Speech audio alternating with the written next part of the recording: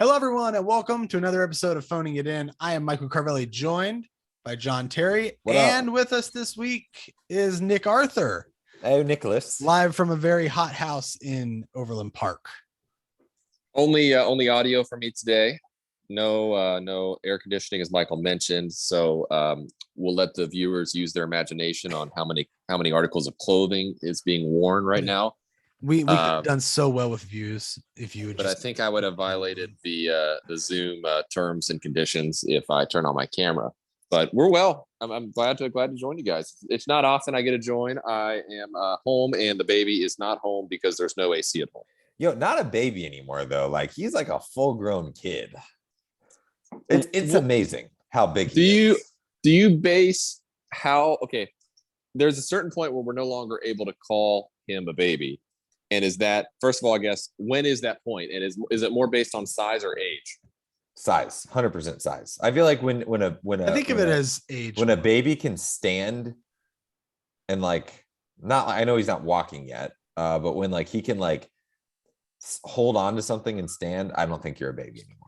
So like this 13-month-old standing, holding on to something baby, or in his case, he could do that when he was like 9 months. Like you would never say like, hey, don't wake the baby.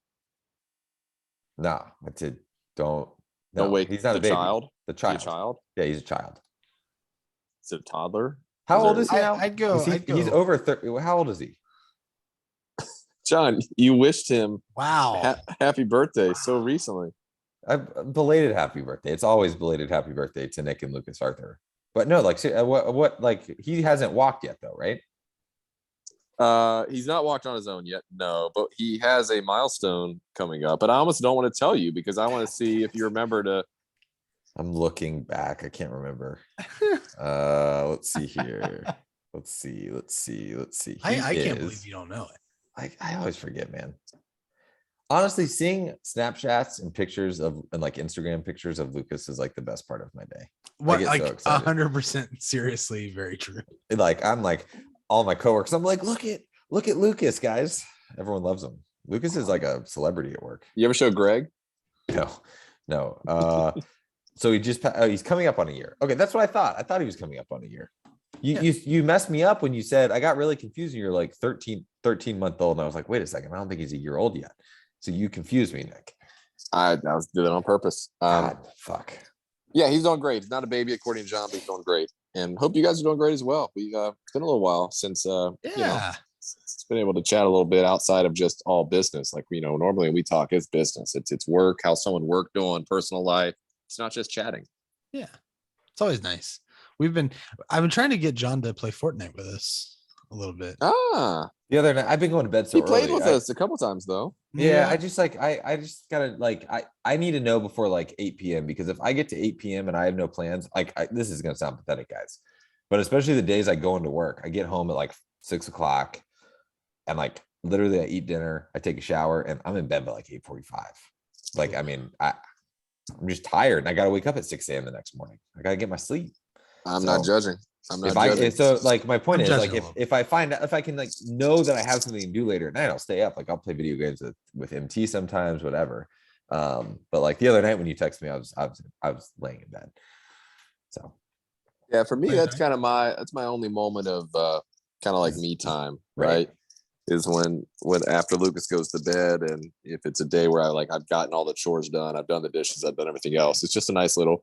I never play long. 90 minutes is probably my stretch, maybe 2 hours. It's a treat. But yeah, it's just a little treat. Talk with my friends, play a little bit. You remember? Did you guys ever watch House of Cards? Like when it was a thing? The first few seasons. I don't think I finished it. I didn't either. Nick, did you? I did not. So Kevin Spacey, who's a fucking asshole, by the way, who literally the reason I didn't ever finish House of Cards. One of his like escapes is playing like Call of Duty every night, like, and it was like very prominent on the. Yeah. Whenever I'm like super stressed, I'm like, I'm just gonna go play Call of Duty. That'll help. The only thing I want in common with Kevin Spacey. There you go. It's a good way to look at it. Hey, can we talk? Let's talk about this Everton. Nick's phone is probably like 38% at this point. 41. So let's talk about the most amazing day today. as I don my Aston Villa jersey. If Nick had air conditioning, I'm sure he would have on an Everton top. Let's talk about today. Set the scene. People don't know. So the Premier League's last day is Sunday. All the games start at 10 a.m. For those of you who don't follow European soccer or football, in the Premier League, the bottom 3 teams get relegated to the second division, and then like the top 3 teams of the championship, which isn't the top division, insert Ted Lasso joke, get promoted to the Premier League. So Everton has found themselves in a very dire situation all season. They've been skirting the line of relegation. Nick has been going through it. He's been telling all of us all year that Everton was getting relegated. Very close to my heart because Aston Villa did get relegated 5, 6 or 7 years ago. Jesus, and then they got promoted 3 years ago. And then they starved off relegation the year they got promoted during COVID. And anyway, so I never want to wish relegation on anyone because it absolutely sucks. When you're an American sports fan, it's a little easier now with like ESPN Plus, but like you can't watch your team when they're not in the Premier League. Like you're paying a lot of money for a shitty stream. You got to wake up at 3 o'clock in the morning to watch your team play. It's awful. It's all around bad. So today, there were games today and there are games on Sunday. If Everton won a game today, they would be safe. They were at home against Crystal Palace. At the same time, Aston Villa was playing Burnley, who's another team fighting off relegation. They're basically 3 teams trying to stay alive, and there are only 2 spots to stay in the Premier League. And if Aston Villa had beaten Burnley today, it wouldn't have secured Everton's fate, but it would have helped immensely if Everton had not won. And the game today was it got off to a little bit of a rocky start. Yeah. I mean, Everton got down 2-0 in the first half, and going into halftime, it's 2-0, and you're kind of already looking at the other scores, planning for Sunday, right? I mean, Villa was losing as well, so Burnley was going to win and Everton was going to lose, and then it comes down to Sunday when Everton would have to win. Everton would have to win basically to control its own destiny. Maybe, yeah. There's still the other team of the 3 there that's in that, in the battle. But yeah, basically, yes, Everton would have needed a potential result on Sunday, and they're playing a good team on the road, like not a situation where you want to have to get a tie at Arsenal. Oh shit, I didn't realize that. Yeah, so you're not not looking very likely to get a draw or a win on Sunday. But yeah, it was crazy. So what were you feeling at halftime? Like how depressed were you? I don't know. I think I don't know, because over the last 2 months, to kind of cope with this, I have like mentally prepared for it to happen. Right. I've already tried to like spin it internally. Like, here are the positives if we get relegated. Right. I was going to say, at one point you definitely talked to me like, yeah, but if it does happen, at least then it's like an actual reset and they'll be able to figure it out.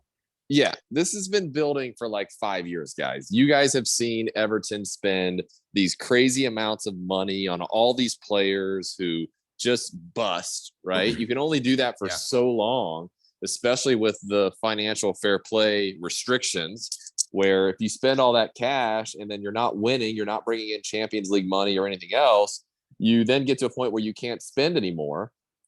And you're stuck with all these guys on your payroll who signed these insane contracts because they were, big players. So they're making like hundreds of thousands of pounds a week, and you can't get rid of them because nobody will take on that contract that they've signed. So you're stuck. And this has been building for years and years. And then, this year it just looks like it's happening. So yeah, Michael, I'm trying to kind of spin it of like, finally, we can get all these guys off our books. We can do a hard reset. We can get rid of the financial fair play bullshit. And, just try to come back, in the next 3 or 4 years and do it. But then there's still that thing in the back of your head that's like, well, shit, how many teams go down like Sunderland, right? and they're in League One. Like they're in the third tier now in England. They fell down another tier. They're just stuck, and they could be stuck there for the rest of my life. I don't know, right? Yeah, So, I mean, potentially. Like, I mean, look at a team like Leeds United. They were in the Premier League or the top division for the longest time, and then they got relegated, and they finally made it back up. And they finished like 7th or whatever last year, or 8th, like just missed Europa, and now they're probably going to be the team that gets relegated. They're probably going to go back down. It sucks because, like, you have these things called parachute payments, which, Nick, I'm sure you've done research on. But essentially, when you get relegated, you get money from the Premier League to, like, kind of help your fall, because the idea is that you have, as Nick mentioned, all these high-paying guys on your roster, and you need to figure out a way to pay them. But man, like, if you don't go back up, like, it gets super sketchy really quickly. And I remember Aston Villa's like first couple of years, man, we were like in the bottom half of the championship, and it was like, what's going to happen? Right. So regardless, second half begins. Aston Villa scores very quickly.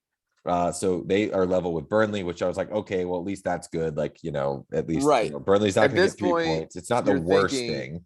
Yeah, at this point, you're thinking, okay, if Villa can come back and win that, then you go into Sunday, and it's like, basically, if Burnley or Leeds don't win, you're safe. You're good. Like, both of them have to win.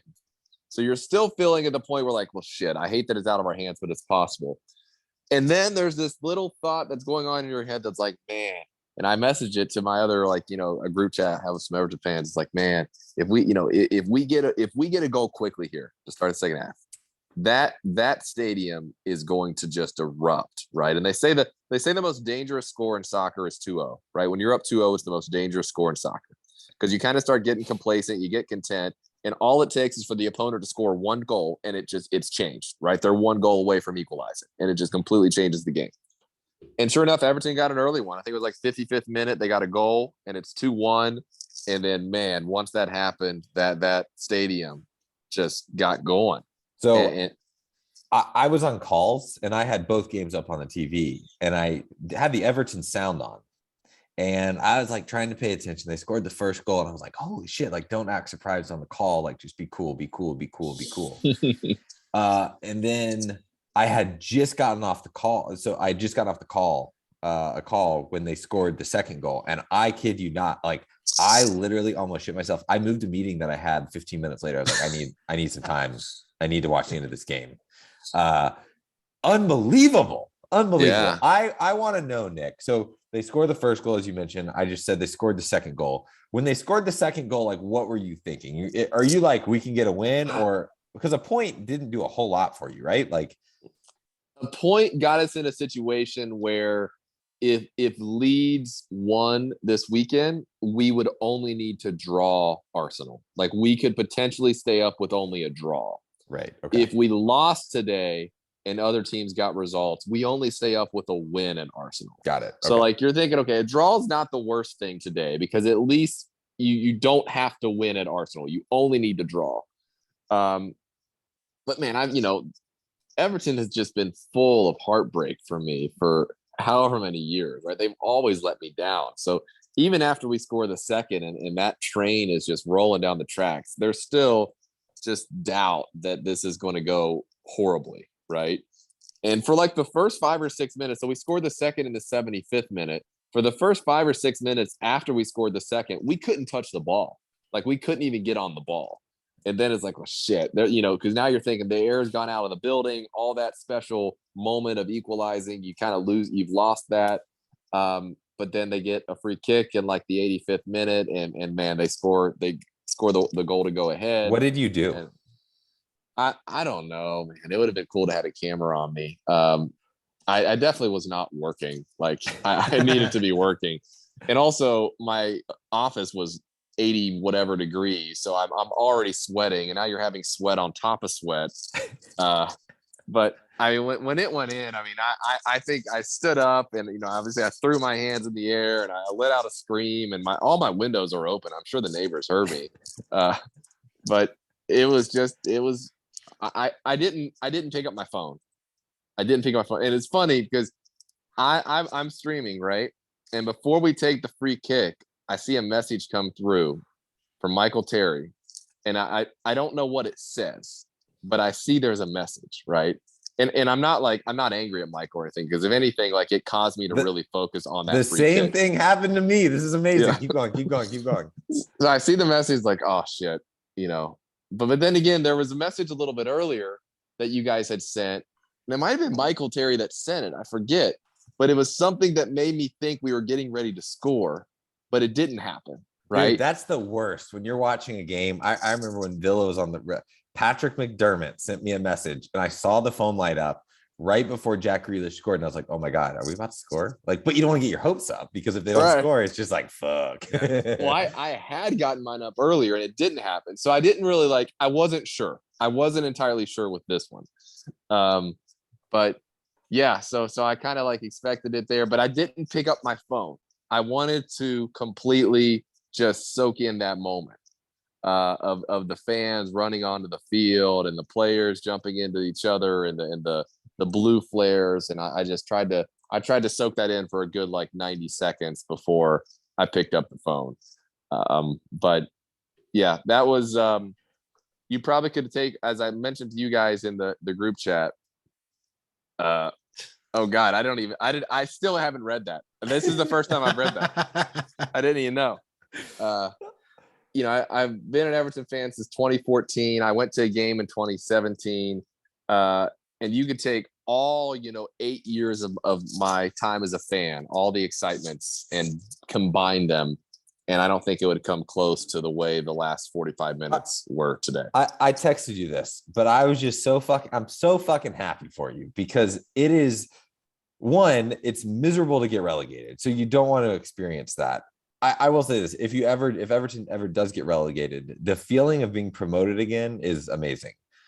But the feeling of starving off relegation it's like none other, man. It's so stupid, because you're cheering for being the least worst, and it's so un-American. But it's just dude, well, it's a sense of relief. It's also not even it's relief. It's if you get promoted or you win a championship, you're happy because you won, you did something. Right. But when you just don't get relegated, you're just happy because you're relieved. And it's just there's something nice about that in a way. Okay, imagine if this was just if Everton is in MLS and they are where they are. Nick, about how long ago would you have just kind of basically checked out on the season? Exactly. And the point you're making is where I'm going. I'll let you finish. Yeah. So when you have this type of system, it's weird in a way to celebrate. It's amazing. It's amazing. There's nothing. It's not I say weird in it's not different. What you usually do. It's not it feels a little wrong to be celebrating being the best at being bad, like you said. But it's also really nice. It makes the season actually worth following, because the whole time it's oh my gosh, okay, so here's the situation. We absolutely cannot lose this game. Whereas if you follow the Pittsburgh Pirates or something, by the time July and August get here, it's done. Yeah, it doesn't matter. I don't wish negativity upon Tottenham. I don't, but it is an amazing experience to be able to just yeah. I mean, I've never really Spurs have never been below the top flight. So dude, it's an amazing experience, because let's point out though. Okay, so the whole point of this structure is to add importance to all types of games, and that's the beauty of the Premier League. Yeah. Going into Sunday, you've got these teams trying to stay up. You've got these other teams battling for top 4. You've got these other teams battling for Europa. You've got Man City and Liverpool battling for the title. You go into the final game of the NFL regular season, and maybe 4 games matter. Yeah, exactly. And what are 2 of those games even competing for? Who's going to get home field? I will say there may be some games that are who's getting the first round draft pick, but teams can't try to lose. They fake it. And that's not fit. Yeah, that doesn't have to hold the same value as who's going to still be in the NFL next year. Right. Yeah. Right. That's not the same. But so if the league is going to be set up like that, where they add importance to every game, then I think the fans should celebrate it. Sports is an amazing escape for people. Sports is people's livelihood, right? Everton have not won a trophy since 1994, right? Let's just face it. We're not going to be celebrating the same achievements as Manchester City, as Liverpool, as Chelsea, these other teams, right? Yeah. Maybe one day, but right now we're not. Over this last 20-year stretch, we're not. So if you get a moment to come together as a fan base, I can tell you right now, for every single player on Everton's team, it doesn't matter who they go on to play with, if they win Champions League, if they win a World Cup, tonight's moment will be one of their top 5 moments as a player. They'll remember that for the rest of their lives. And the same can be said for all those fans that are out there on that field. They're going to remember that for the rest of their life. I'm going to remember tonight for the rest of my life. Yeah. Right? So if you have a chance to make something that special, do it. Life is too short. Absolutely. Also, celebrate. Also, shout out COVID, because in the course of COVID, both Aston Villa and Everton have starved off relegation. it's lasted so fucking long. *stat. Hey, should we talk about the monkeypox, by the way? Since the last time we started talking about COVID on the podcast, it became a pandemic. Do we want to talk about monkeypox? Well, you just did. I've not even heard of it. I haven't either. Well, that was just get ready, guys. No, because COVID we had heard of. I remember we all had heard of COVID. Here's my thing though with monkeypox. If monkeypox becomes a thing, it's really big in Europe and Africa right now. Maybe we'll decide, like, as a group, as a world, we don't want it to be the next COVID. So everyone will wear a mask and whatever for like a few weeks, and it'll kill COVID and monkeypox all at the same time. Here they go again. They just got made up another virus. Just in time for midterms. Anyways, well, Nick, I'm very happy for you, man. I'm pumped that you get to like not have to sweat it out on the last day of the season, that you got to like do it with a win too. Like, I think that was fun, right? Like starving off relegation when you like don't lose, like, or like another result, but like you got this amazing comeback win. It was incredible. Right. The fans stormed the field. It was at home. Like it was from 2-0 down to 3-2. Yeah. Like all of it is the best way to stay up. Yeah. It's not just some bullshit that on the final day we're like, we lost 3-0, but that other team lost 5-0. So we stay up on goal differential. Right. Like, screw that. I'm not celebrating that bullshit. But today's win was worthy of a celebration. I will say, it's great. However, I need you guys to not be done yet. We're done, dude. I would love for you to half just the team's gonna be hungover, Cardinal. Play hard in a couple days and or not even play hard, like just keep it away from Arsenal enough to get a draw. Yeah, that's not going to happen, dude. Just keep it away. Here's the thing: Spurs, if they tie Norwich, they go Champions League. That's what I told John. I was like, they just have to get if you guys can't fucking tie Norwich, who's been relegated for 3 weeks, like you cannot be upset at Everton for not giving you help. I know. So but I was telling John, I am like kind of amazed that Spurs are in the situation they're in. They got a good new manager. It's exciting. Yeah. That's what happens when you bring in a world-class. I mean, we had a world-class manager last year with the exact same roster. And if you remember, we were 5th with like 3 weeks to go. Yeah. And now look at us. Boy. I don't know. I mean, like, it's fascinating to see, man. I don't know. I will say, I want to jump real quick to college football real quick. This is going to be a sports heavy episode. Michael Terry will love it. He's going to love it. The North Central West Virginia has been buzzing today as we record this on Thursday. Somebody better call law. We've seen the Jimbo. You guys have all seen the Jimbo Saban stuff, right? So I saw some stuff last night, or maybe it was first thing this morning. Like someone, I saw a tweet and it was like, wow, Nick Saban actually said that. And it was a link to the video, but I had no idea what he said. I thought it was something stupid. And then I woke up and watched it this morning and I was like, my God. And then at like 10:30, when Jimbo had his press conference, when it was like Jimbo has called a press conference this morning, probably to address this might be the most explosive exchange between coaches that I've ever since I've been alive. Like, I can't. Do you ever remember another coach basically singling out a coach for recruiting violation? I don't think that's I can't remember another incident where like professional coaches hated each other. Like, dude, he said, he's tried to call me. He's tried to call me a few times. I'm not answering. We're done. That is never, that has not happened. I I'm just looking now at like some of the quotes and stuff, like Jimbo talking about how Saban called him and he didn't take the call. Yeah, dude. And then he goes, I'm not taking it. We're done.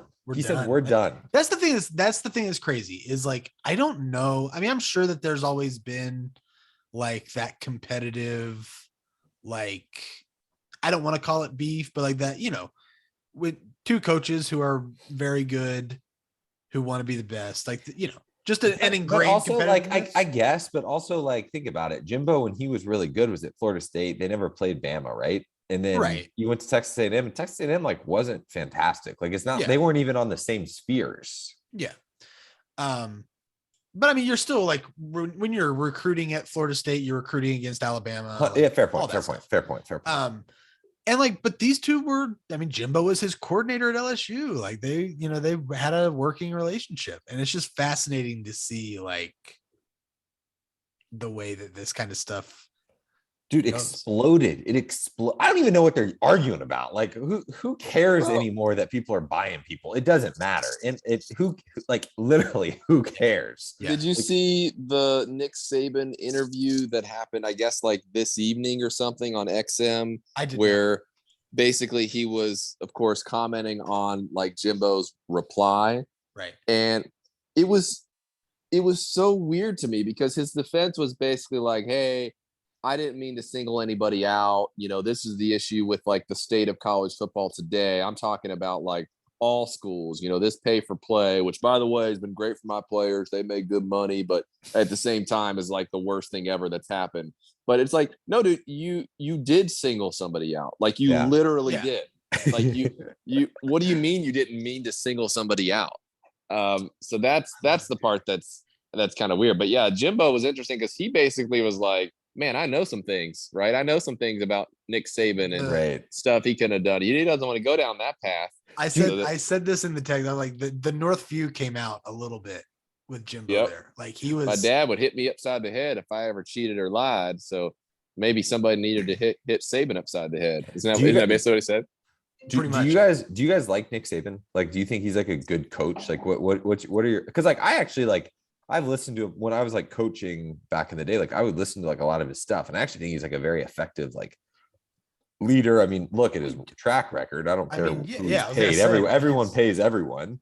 But man, do we think like the winningest like coach ever is a good coach? Is that what you're asking? Like, no, but like a good guy, like a good person. Like, is he like a good like? I think you look at coaches and like. Dude, I don't know. Bill Belichick seems like an asshole to me. Like I wouldn't want to be stuck in a room with Bill Belichick. They're like all egotistical narcissists that are just constantly having a pissing contest. I mean, I think I actually will probably say this about both of them. Like, I think they're both like as decent people as you can be in that industry while being as successful as they are. That's fair. I feel like they're probably not great, but I think the secret to be a really good college football coach is you have to be really, really full of yourself, but you have to be really, really good at hiding how full of yourself you are. Yep. Because it's all, I mean, Nick, you're in the sales world. Like, it's all being a salesman in a way. Yes. And I think that on like a massive, massive scale. Right. And like their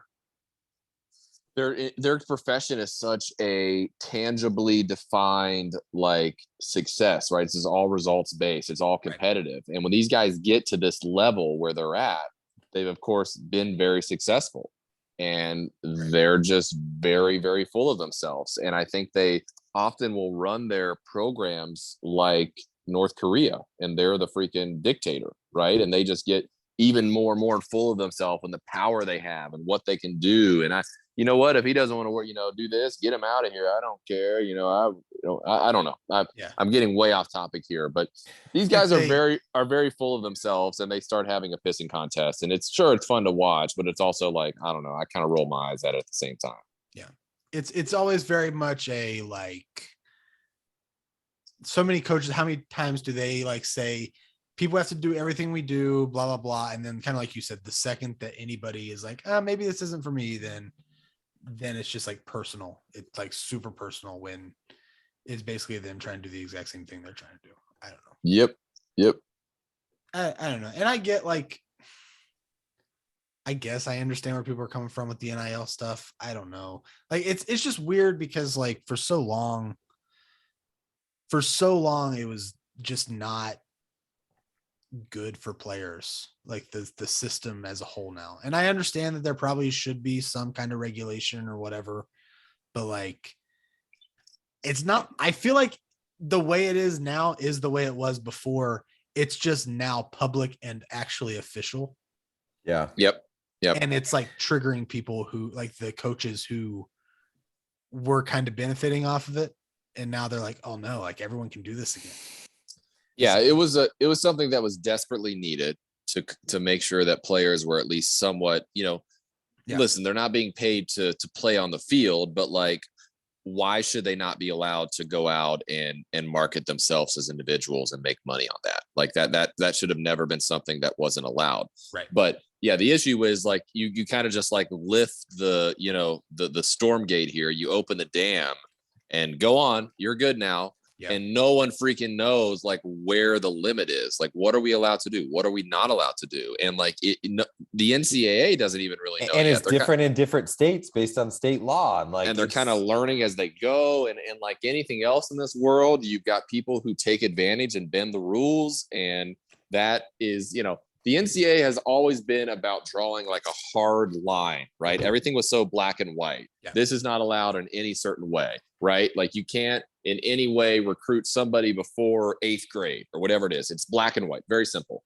Yeah. And this NIL stuff is the opposite of black and white. There's so much gray area and it's just a mess. Yeah. What a time. Fascinating. It's made, I don't know. The off season's always fun at times, but like this has made it like so much more fun to watch. Got Nick Saban and Jimbo getting in fight. SEC Media Day is gonna be a hell of a time. Oh, I can't wait, man. Because every coach is gonna get asked about this. Oh yeah, I mean, and they're gonna get asked about stuff. I mean, what did Saban? I didn't listen to the full. I read like the clips about the Jimbo stuff. Did he also say stuff about Deion Sanders? I honestly don't know. I didn't see that. Okay, I think he might have said some stuff about Deion too, with Jackson State having top recruits and stuff coming in. But man, not the fight to pick. Fascinating stuff. But before we got, so we did we have a movie club to talk about this week, and we talked about a favorite. We're not doing sports movies. I don't know how often you listen to the podcast when you're a dabble. Okay, we're doing sports movies now for our weekly movie club stuff. We have done Miracle and The Waterboy. And this week, John chose. Is this the first one since The Waterboy? Yes. So this is like the first one since March Madness. Pretty much. Okay. We've done some podcasts where we did not talk about the movie. And then like I was in Spain and had COVID and it was a big thing. Yeah. But we did Moneyball this week. John, a great pick by John. Great movie. Aaron Sorkin. Yeah. Classic. Aaron Sorkin on an amazing run. So anybody who does not know what Moneyball is, it is the movie based on the book by the same name about Oakland Athletics general manager Billy Beane and the way that he was able to successfully build the team into a contender using, a very computer-based strategy to build the team on a budget, basically. Starring Brad Pitt, Jonah Hill, Philip Seymour Hoffman was the coach.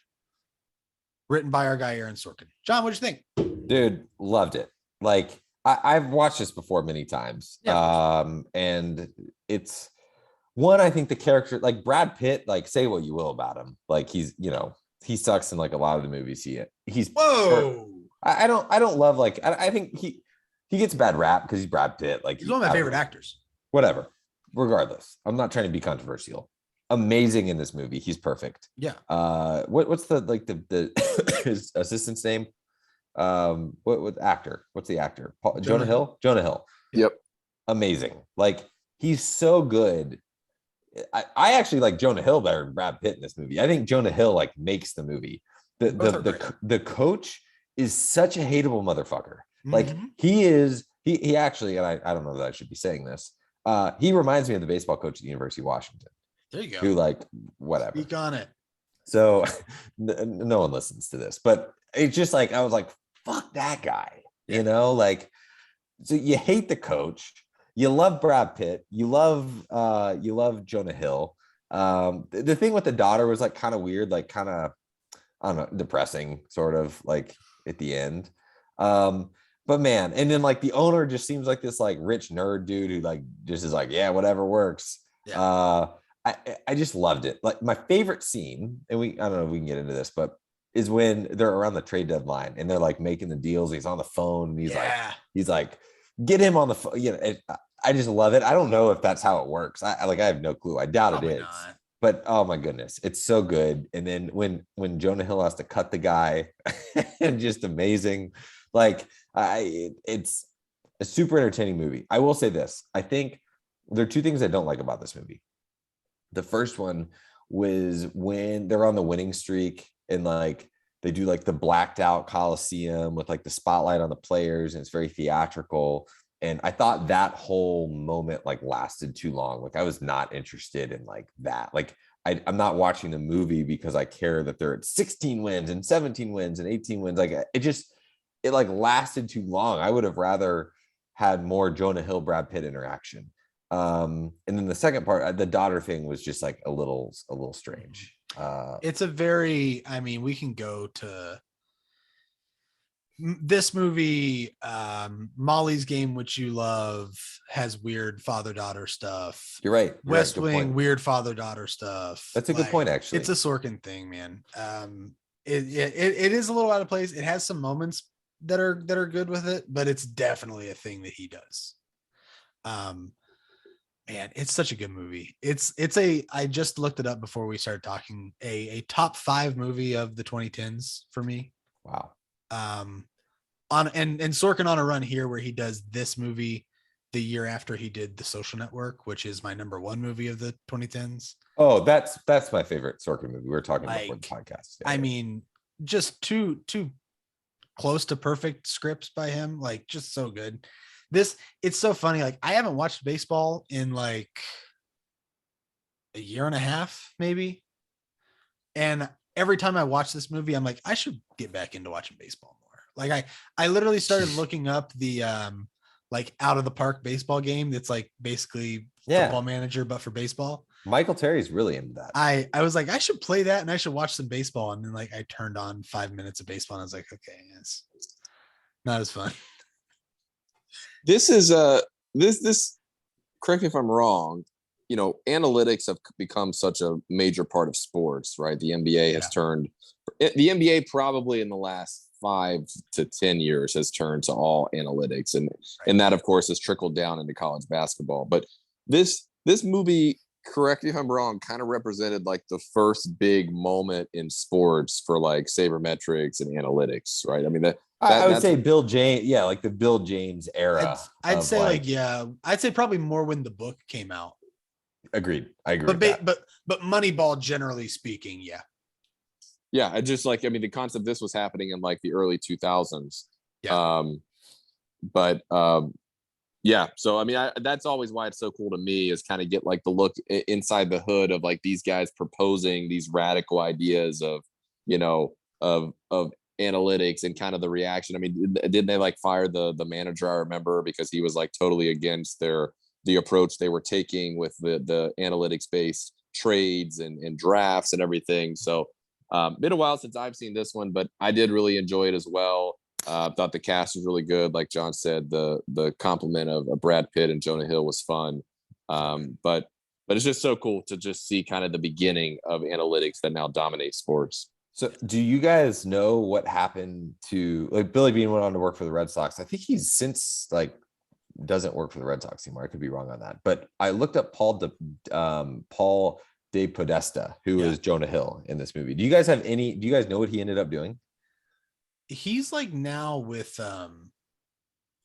isn't he with like the Browns now? The Cleveland Browns. So he ended up being he was the GM of the Dodgers from 2004 to like 2000 and I don't, or sorry, from 90, yeah, from 2004 to like, and then he got fired. He ended up getting fired from the Dodgers in, I think, 2006.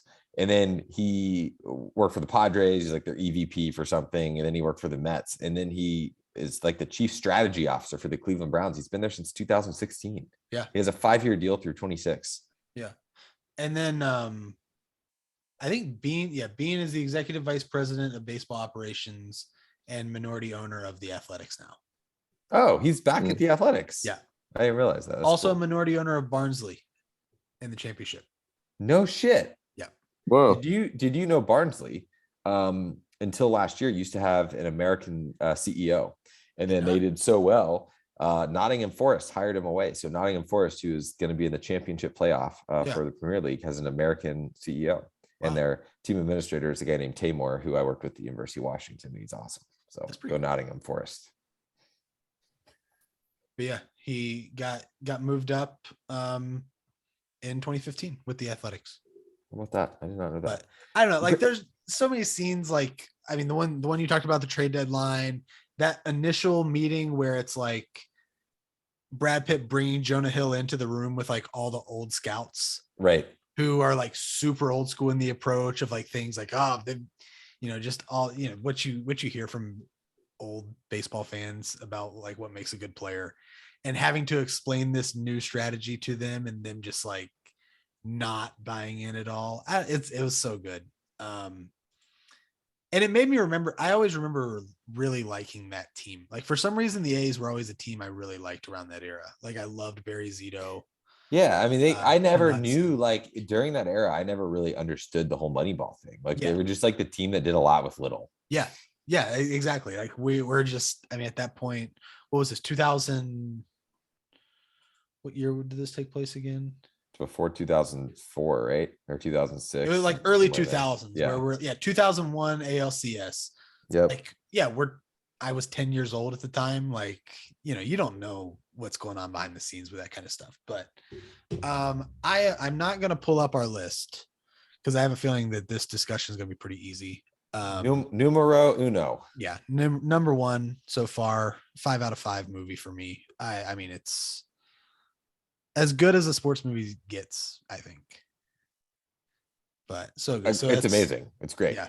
Goes Moneyball, Waterboy, Miracle 1, 2, 3 at this point. And I think for next week, John, what was the one we're gonna watch 7 Days in Hell. It is a very short, I don't even want to call it a movie. It's 45 minutes long. It was an HBO special. Nick, have you heard of this? Googling it now. Yeah. You'll recognize Andy Samberg and the Lonely Island guys produced it. Yeah. Mockumentary style, about 2 tennis players who play a 7-day long match at Wimbledon. Samberg plays like the bad boy of tennis, and Kit Harington from Game of Thrones plays like an English prodigy who is like destined for greatness and ends up in this match. Really, really funny. I don't know. Not a movie that a lot of people would think of when it comes to like great sports movies, but I really like this one a lot. So yeah, I think it'd be it also a nice, easy watch for it. 45 minutes, you knock it out. Boom. I might watch it tonight. Bada bing, bada bang. Yeah. After Fortnite tonight, put that on. There we go. Yeah. After John plays Fortnite with us. Probably not going to happen, but come on. You said if we told you. I mean, before 9 o'clock. Yeah, but you're up right now. I gotta like take a shower. I mowed the lawn later. John, I don't have air conditioning. Yeah. Okay, maybe I'll play a couple if we actually play. Like I'll do it. Okay. If we play. Okay. But yeah, anything else from you guys? Oh man, this is fun. It's good to talk to you, Nick. Peace, love, and grabs, man. I'm just hoping for the AC people in the morning. That's right. It's after 9. Yeah, they're not coming tonight. Sorry, Nick. That's unfortunate. Is this your first night away from? Oh, we didn't even talk about your business trip, man. Your 2 nights of sleep away from Lucas. 3 nights. No. Oh, that's right. Yeah. More than that. 4 nights because I got stuck in Denver. Yeah, dude. Oh yeah. Brutal. Well, you'll get another good night's sleep tonight. Do you feel guilty at all? I don't get good night's sleep when it's 87 degrees in here, man. I didn't fall asleep last night till like 12:30, and I had to get up like 7:15 to like do the work that I couldn't do the day before because of the AC being out. Could I ask a question about the AC? Is it your thermostat isn't like your thermostat is it like blowing out hot air, or is it just not coming on?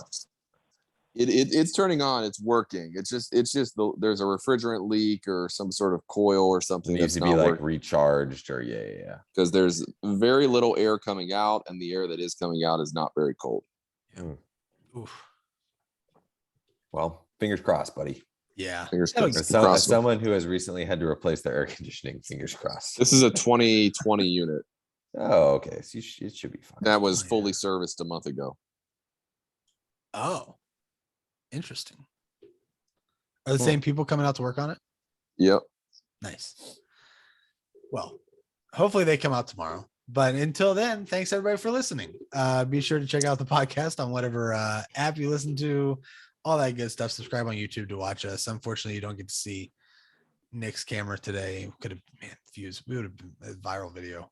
Yeah, it's not worth it though. It's not worth it. One day Lucas is gonna watch this. When I accept the terms and condition, I accept them fully. That's true. That's true. John, where can they find us on? God, I forgot to say something at the top. Happy belated birthday to Lucas and Nick Arthur. Man, How old did he turn? He's not had a birthday yet. He had a 10-month birthday that I missed, or 9 months, or and something. an 11 too. And an 11. And I missed Nick's birthday, so happy belated birthday to both of you guys. There you go. They can find us at My half birthday's coming up. You get a chance of redemption. That's not the same. I blew it. So Okay. I'm just wishing you belated birthdays for the next 6 months.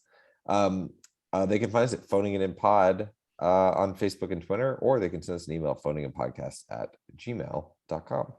Correct. And as always, a shout out to Miguel Silvaleone for our theme song. Check out Saving Miles Lemon. Is he still dropping tracks? Any new ones? It's been a couple weeks. New Okay. track Fridays every now and then. Yeah. Hey, there was a shooting at Whole Foods yesterday where he works. Oh, Was he there? Yeah, he's working that day. It was in the parking lot. It was like some sort of like drug deal or something. Like it wasn't like a targeted shooting at the store, but like, yeah, there were multiple people shot in the parking lot yesterday where he works. that's Pretty We crazy. should talk about gun control on one episode, Okay. Jesus. or lack thereof. Yeah. I wonder how many mass shootings will take place between this episode and the next episode of the Phoning It In Podcast. I mean, probably, one At a least, day, yeah, one a day. Okay, Yeah. keep going. I'm getting pissed. Yikes. Okay. That's all we have for this week. Thanks everybody for listening. We will see you next time. Jesus.